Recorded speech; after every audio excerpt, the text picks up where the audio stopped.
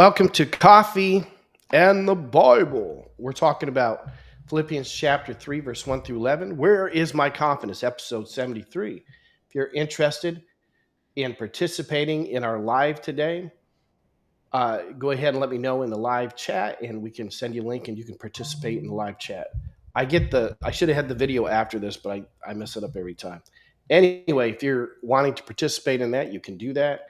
You can also request something deeper. If you go to the main channel, rumble.com/Fuller, hit the red join button that's on there, and you request a deeper study. We go through biblical language and systematic theology or whatever it is that you want to do. But right now, I have my brother with me, Brian from the Upcountry, both licensed ministers and have ministered for years. And so if you have any questions, one of us can get back with you in the chat or on the comments later. Of course, we're looking at where is your confidence? Now, Paul sort of in this clarifies that, if anybody has a right to brag about who they are, it's him. And, he takes his confidence rather in Jesus and not in himself, and that's a good place to be, but is it an easy place to be? What do you think? Well, anytime you stand up for what's right, you're going to get all kinds of naysayers crawling out of the woodwork coming at you.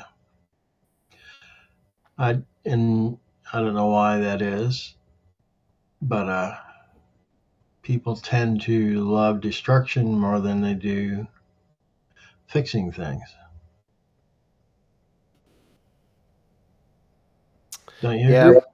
No, I agree. I agree with that. I guess where my brain was thinking is that, sometimes, do you ever feel like, gee, you just wish people, like, even if I don't ever talk to anybody, I'm thinking, wow, I've done all these things and all these things of miracles in my life and your life, and nobody knows about it. And there's always a piece of me like, wow, gee, I think I should tell them what I've done. That's not exactly the same thing as using what God, like if God has done a miracle in my life and I use that as part of my testimony and I share that with somebody and it helps them eventually find their way to Christ or whatever, that's a good way to have that. But if I feel like, oh, nobody appreciates what I've done and I just got to go tell everybody what I've done, that's not the same thing, right? Yeah. That's bragging. It is. It's bragging. And I know I can think of people at every church I've ever been at that they want to focus more on those things. And maybe those were all really good things that happened to them with God. But if they're using it to because they feel like, gee, nobody appreciates what I've done. I'm only saying it that way because I feel like that sometimes. Sometimes, like if I'm active in ministry and God has opened a door and I go in and maybe I don't even feel qualified, but if God gives me the strength and I 100%, like when I did the worship leading this last time, and 100%, I didn't take the paycheck, 100% of just focusing on Jesus and going and praying in the pews for the people that would sit there. I heard a testimony from a pastor online yesterday, and he said, I'm gonna expose a bunch of mega church pastors. And you expect that he's going to say all these bad things because there's been some megachurch pastors that have succumbed to sin and stuff. And the bragging that he did, though, was he says, I won't give any names, but there's one pastor who donates 100% of his salary to an orphanage or something. And another pastor and he goes through the list of all these things that they've done privately that nobody ever knows about. And only he knows because he's another megachurch pastor, but he's going through all these lists of things that they do, not bragging to anybody, that nobody in their church ever knows about, and they're doing it just for God. And I thought to myself, sometimes, when I went to that ministry doing worship and I focused just on God and I prayed in the seats of the people, I didn't take this, all these things were good things, and God blessed me because of that. And when he told me to move, I moved. But then when I moved, I'm like sitting in a pew and nobody knows anything I've ever done. And I feel like, gee, I'm unappreciated. It's easy for Satan to sort of get into your head, right? I mean, or is it just me? Well, if you let him, I mean, that's what he loves to do anyway.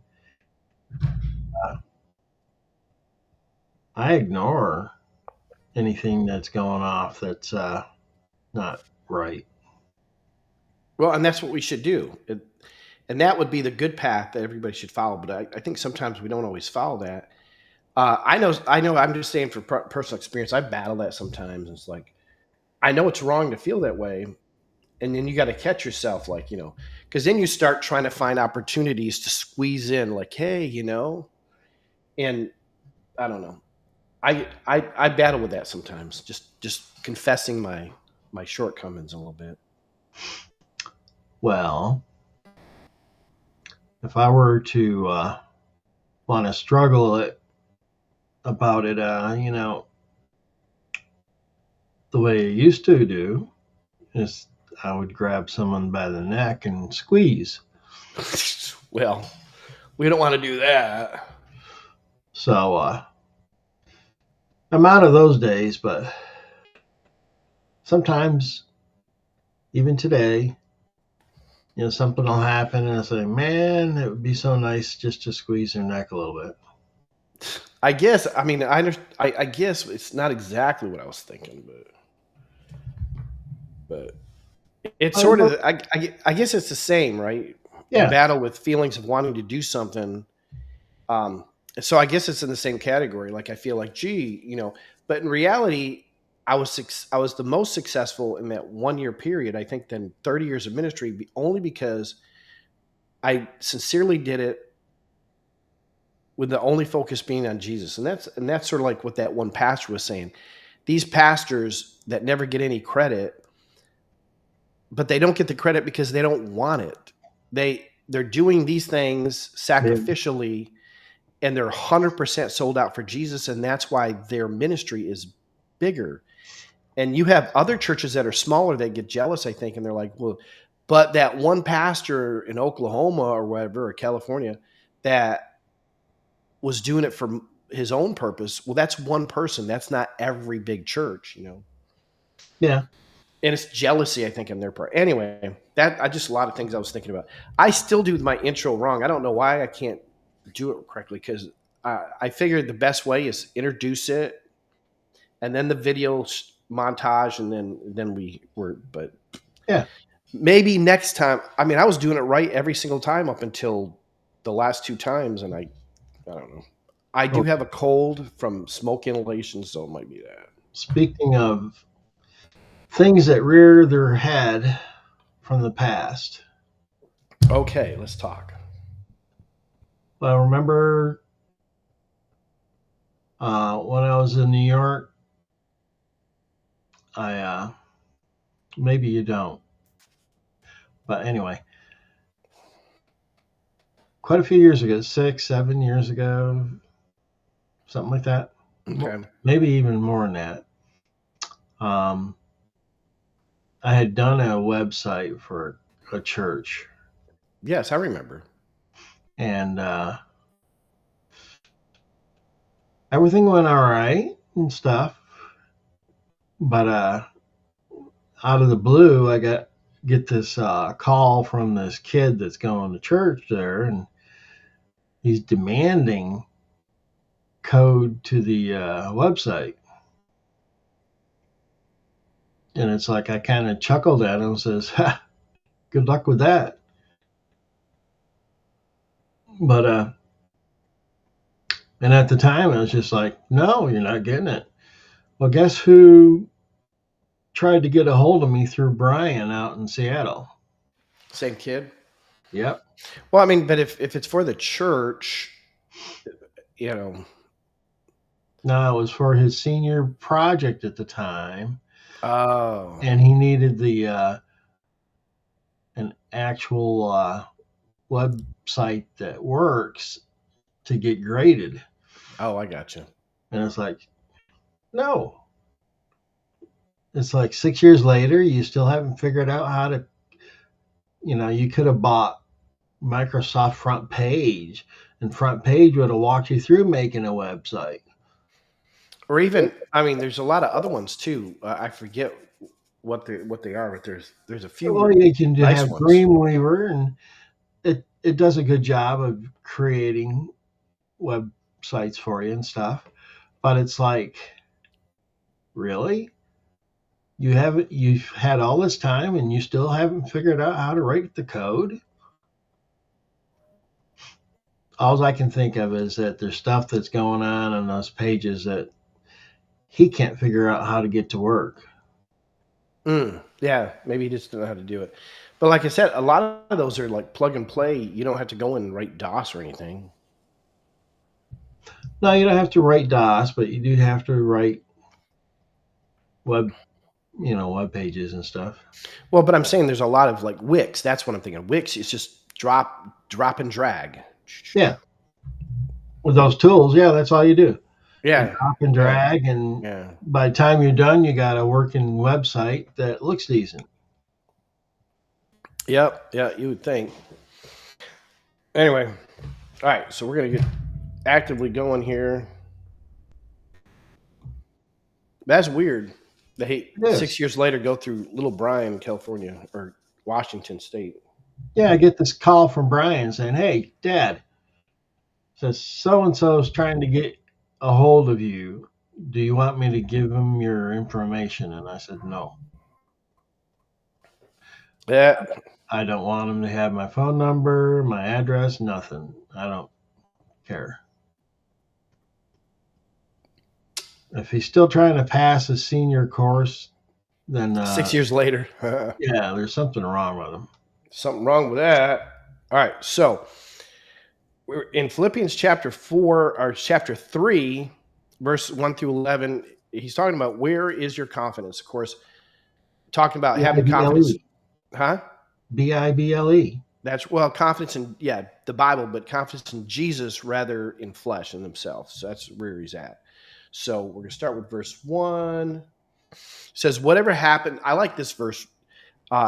I didn't want to skip over it, but whatever happens, my dear brothers and sisters, rejoice in the Lord. I never get tired of telling you these things.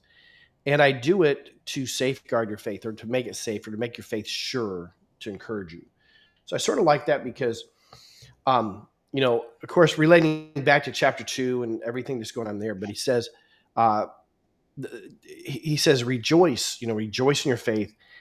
He says, I don't get tired of telling you over and over again to stay, faithful. I think to me, the more I have to repeat something, the more tired I get saying it. And sometimes, I think with my kids when they're little or whatever, if you're working a job and you have a coworker that just, not doing what they should, to have to repeat the same instructions over and over again, I get tired of that. But yeah. Paul's saying, I don't get tired of it. I'll keep doing it because I know it makes you feel more sure of your faith, so that's cool. You notice I got a cup of coffee. I did. I saw. We both have. Mine is Black Rifle coffee. Is yours Black Rifle coffee? No. No, it's not. Okay.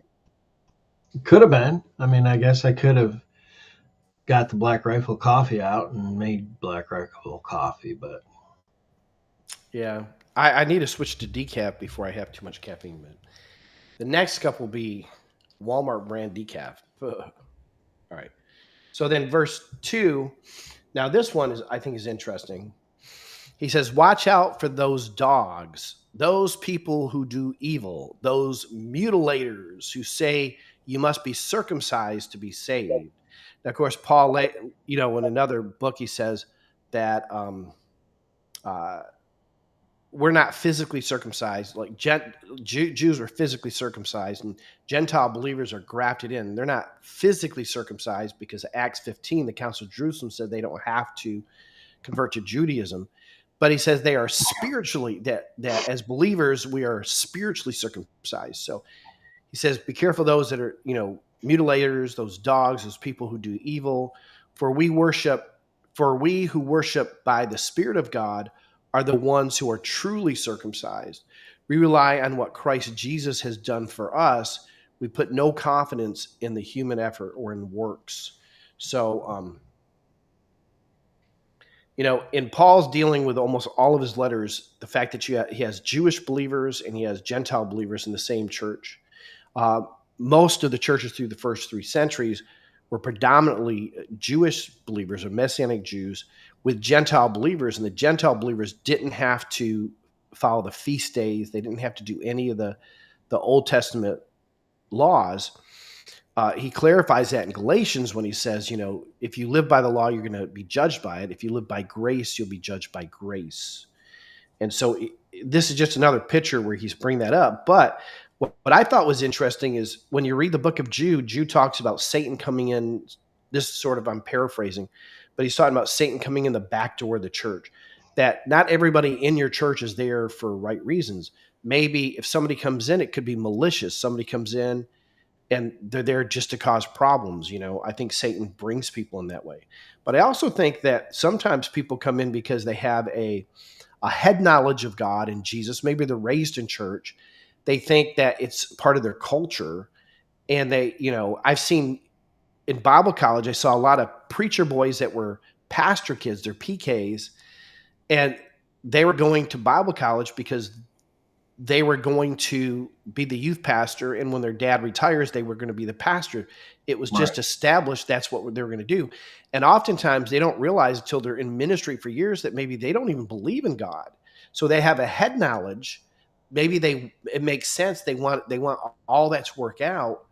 But they never had that relationship with God. And so you may have people in your church that are doing things for the wrong reason, all about me, maybe because they've never had that real relationship. I have had people in church when I was doing ministry where they really didn't get that part of it. And when you really try to talk about miracles and you try to talk about the Spirit of God working, they look at you like you're crazy, like you're the one that doesn't know what you're talking about. And then he says it's about the Spirit, not the flesh. In John 6:63, Jesus, when he's talking about, this is my body, this is my blood, he says it's the Spirit that brings life, not the flesh. Some churches are all about the do's and the to-dos and the religiosity, but there was a guy, a social media guy, that was talking about how, a lot of false religions do that too. Buddhism and Hinduism and Islam and stuff, they all have a list of to-dos. So I don't know. What do you think? I think they all have a list of to-dos. Even Christians do, if they let themselves get sidetracked instead of concentrating on Jesus. And it's like you can't get there by works. So I don't know why people try to all the time. But do you think sometimes the list of things that the tradition or the practice of that church, do you think that's necessarily bad? No, I don't think it goes to say that there's anything bad at that church. Somebody can act the way they want to, irregardless of the way the church wants. Yeah. Well, see, and I always look at it this way. I think even the most rigorous faith tradition that has, you do these things, you have to be at church, you have to do this, you have to do this. I think maybe originally, they were designed to help in the process of sanctification. As we walk our Christian life, when we try to become more like Jesus, somebody along the line said, hey, this has helped me, so you should do it too. And then at some point, it now is institutionalized in that church that everybody has to do it. And just because it worked for the first person doesn't mean that same narrative is going to work for everybody after them. That's true. Just like most of the time it doesn't. Yeah, right. Just like if somebody does something and they get really famous for doing it, oh, if I do it, I'm going to get famous. But then you get frustrated because guess what? You don't. He did because he had the original idea that worked for him. You got to find your own path. That's right.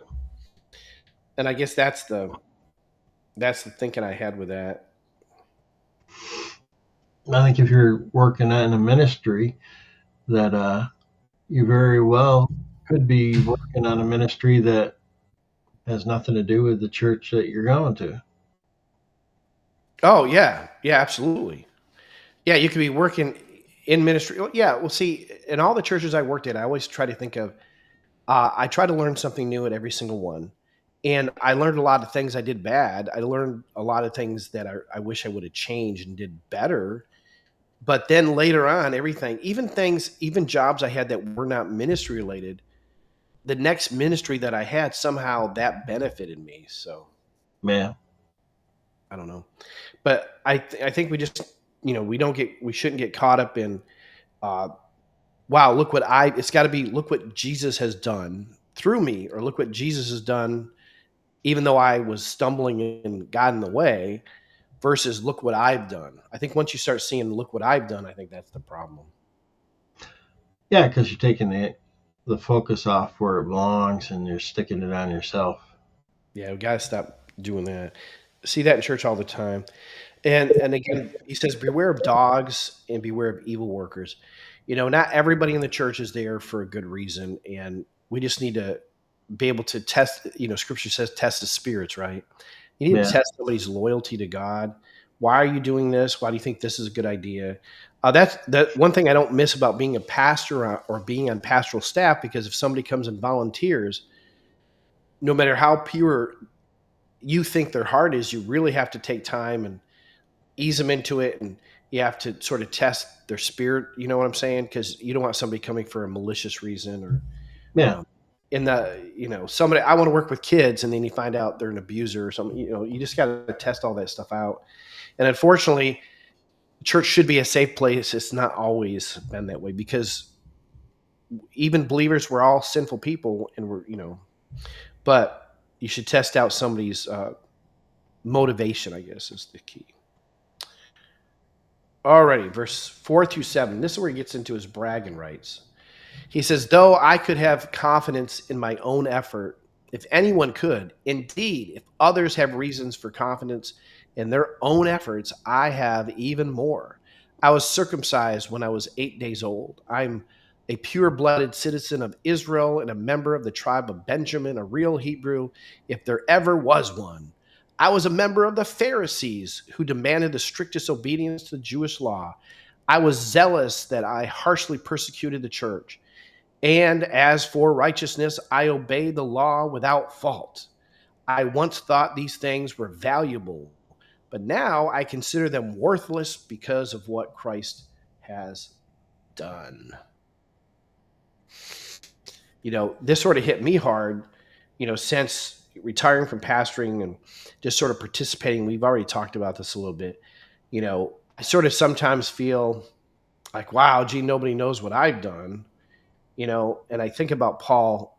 He says, if anybody could brag, he had the right to brag, but he counted it all as garbage for knowing God. Yeah. I think that sometimes about other stuff too. Like in the past, all the stuff that I worked on, Yeah. and very few people know anything about it. Yeah, that's a good point. And would I ever tell them? Probably not. But every now and then you feel like, well, hey, how come you don't look the same at me? Yeah, right. It's human nature, right? You're like, Yeah. you've done these things, and you did top secret things, and some of the things that come out years later, you had a hand in that, and nobody knows. And it's like, you think, well, gee, somebody should say thank you to me, but nobody does, because nobody knows. That's right. Yeah, see, it's like, it's the same thing. And I think, whether it's ministry or in life, I think it's easy for Satan sort of getting in and say, because if he tries to make a wedge, right? If he can make you feel like, wow, that's not right. I want to make sure people know about this. But then that's sort of I think Satan has fostered the wrong spirit, because he just wants you to be not effective. Like, you can't say anything, but you wish you could. And sometimes you feel like maybe you want to, but you can't. And it's just frustrating. Sometimes. Yeah, I imagine. Then you just have to just blow it off and go on your way. Did you watch the speech I The saw little bits and pieces of it. So we were just gonna. I was gonna watch it in bed because Jory had to be at the restaurant early, and then I decided to watch it, and I told her she could go to sleep, but she wanted to stay up. She did. She stayed awake the whole time, but she's exhausted this morning. And it started an hour late. It was 2 hours, but one of the things he said he's going to do is he's going to do the Iron Dome that's in Israel. Oh, hold on, Dory is calling.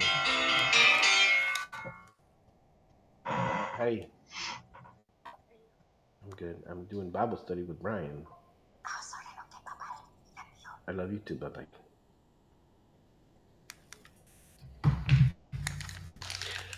It's funny. She only calls when I'm doing Bible study. Like she knows. Yeah, her radar is working. He's talking to somebody, so I'm going to call him. Who are you talking to? No. Yeah. No, she's taking a break. She always calls me on her breaks.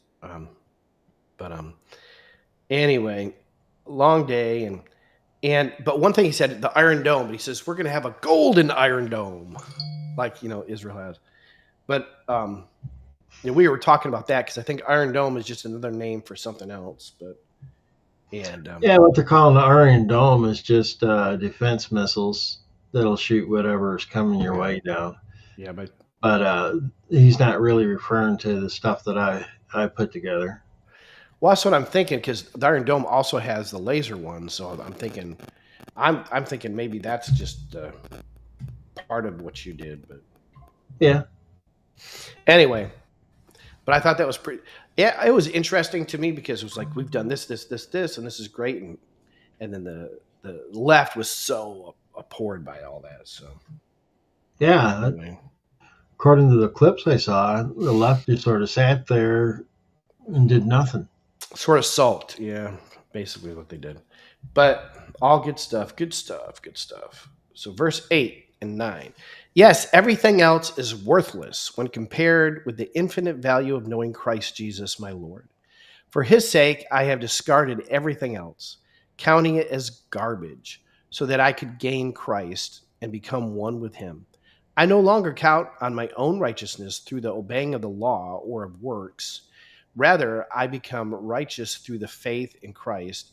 For God's way of making us right with himself depends on faith. Yeah?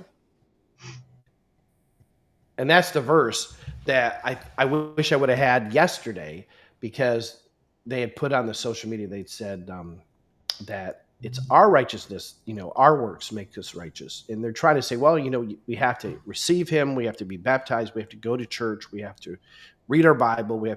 These are all things to do, which are good things to do, but that's not what those things don't save us. No. And that's the point I think he was trying to say is that Jesus saves you. It's our faith in Jesus that saves us, not anything that we physically can do. So that's right. I think that's all he was trying to say. Or, Paul says, keep your eye on the prize. Well, the prize is to be with God forever.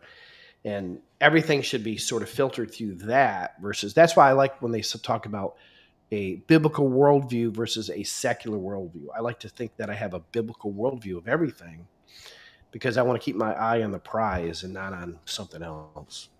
Yeah. I'm not righteous because of what I do. I'm righteous because of what God has done and my trust, my faith and stuff. So anyway, last two verses. I want to know this verse 10 and 11. I want to know Christ and experience the mighty power that raised him from the dead. I want to suffer with him, share in his death, so that one way or another I will experience the resurrection of the dead. Well, we kind of experience a form of that when we get reborn. Right? Yeah. We die to ourselves and we're raised to life in the newness of God. Yeah. Yeah. Yeah, absolutely. But then he also goes on to say, his goal is to know Jesus. That should be our goal.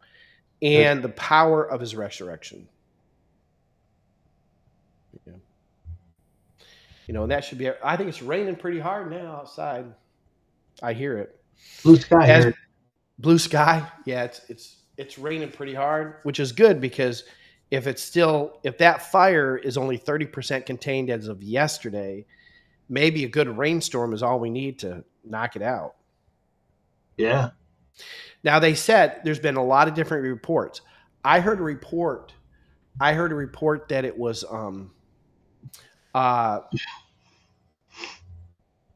that it had burnt some houses down, and there was one report on Saturday night that 29 people had died. Not, as far as I can tell, not true. Today they're saying no houses were burnt, but a lot of houses, their fences were burnt up, and a lot of houses, all the siding on one side was melted. So if it gets hot enough to melt your siding, but it doesn't catch your house on fire, that's a God thing. That's right. How do you explain that? And one house, they did say this morning, one house, fire was all the way around it. Fire was all the way around it. And it made it through. Yeah. That's what they were saying on the radio this morning, that one house in Carolina Fortress, there was fire all around the house, one house, and the house never caught on fire. Now, if that's not God protecting you, I don't know what is. Right? How amazing is that? So I would suspect a lot of testimony coming out of this whole thing. But it's just weird how we've never had any fires like this in South Carolina. They're saying this is the first year they keep going off about fires being set all over the place. I've never heard them. Oh, your phone is ringing.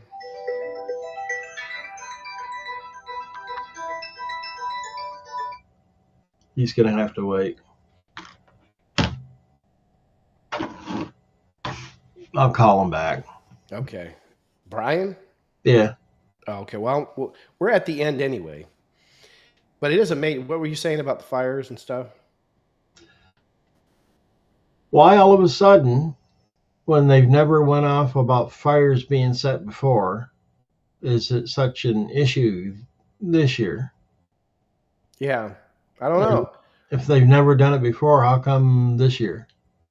Well, I mean, I don't know. Like this one, I guess they're talking about conditions because they had already said don't burn, and the guy burnt some trash, and the wind was windy that day. But it just seems weird that, I don't know, like you said, why this year? It's never done it before. It's sort of weird. Weird. It is. Yeah. So even that, burning your garbage, I was always brought up that you had a big barrel that you put stuff in and you burnt the stuff in the barrel. Well, yeah, everywhere I've ever lived that did burning, Texas or wherever, you had a burn barrel. But so how do you start a fire if you're burning it inside the barrel? Yeah, not in South Carolina. I've been out in Lake Longs, out in the countryside, and I've seen people just have a pile of like dead branches and stuff in their yard. Yeah. And they're just burning it.